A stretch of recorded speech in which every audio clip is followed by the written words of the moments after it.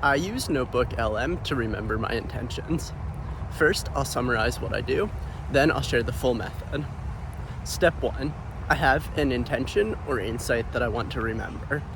I write this down in a Google Doc, and I repeat this process to continue adding to the list.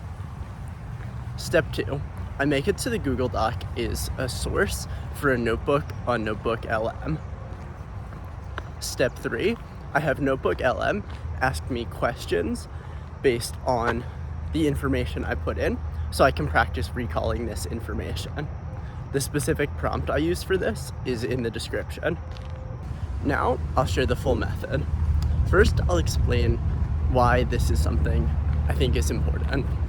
So, for years, I've been trying to figure out a way of remembering my intentions.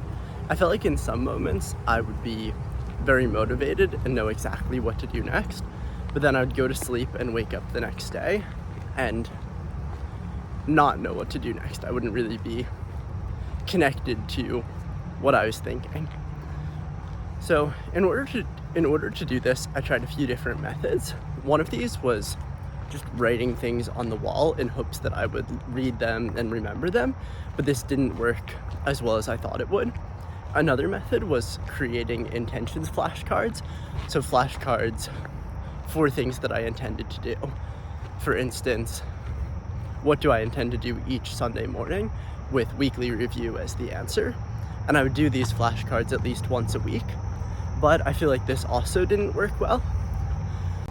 So now moving to the current method, I think this method has a lot of potential because you're able to take the insights and intentions that are most important to you and remember them better over time, specifically by practicing retrieving them from your own memory. I've listened to a lot of videos on effective study strategies, and something that nearly all of them mention is the idea that we remember things better, not by rereading them, but by practicing retrieving them from our own memory. This is often called the testing effect or active recall, and I think this NotebookLM system leverages that well. Now I'll just explain this system again, except in a bit more detail than I did initially. So the first step is taking intentions and insights that you want to remember and writing them down in some sort of list. This could be on Google Docs, but it could also be on any other platform that could be set as a source on NotebookLM. And what I specifically mean by intentions is something you want to do in the future. For instance, I put my goals for this summer on my list, and what I mean by insights is insights on how you want to live in the future. This could include things that went well or things that didn't go well. For instance, if you followed a certain plan for a day and it was really effective, you may want to write this down so that you remember it in the future. Also, I think having one insights list would work well, but what I do is I have 3 of them. One is for primary insights, or the most important. One is for secondary insights, or second most important. And one is for insights from external sources, such as videos, podcasts, or audiobooks. Step 2 is making it so your insights list is a source on NotebookLM. With this, you may need to create a new notebook on NotebookLM for this specific purpose, and you'll need to sync the source regularly whenever you update the source.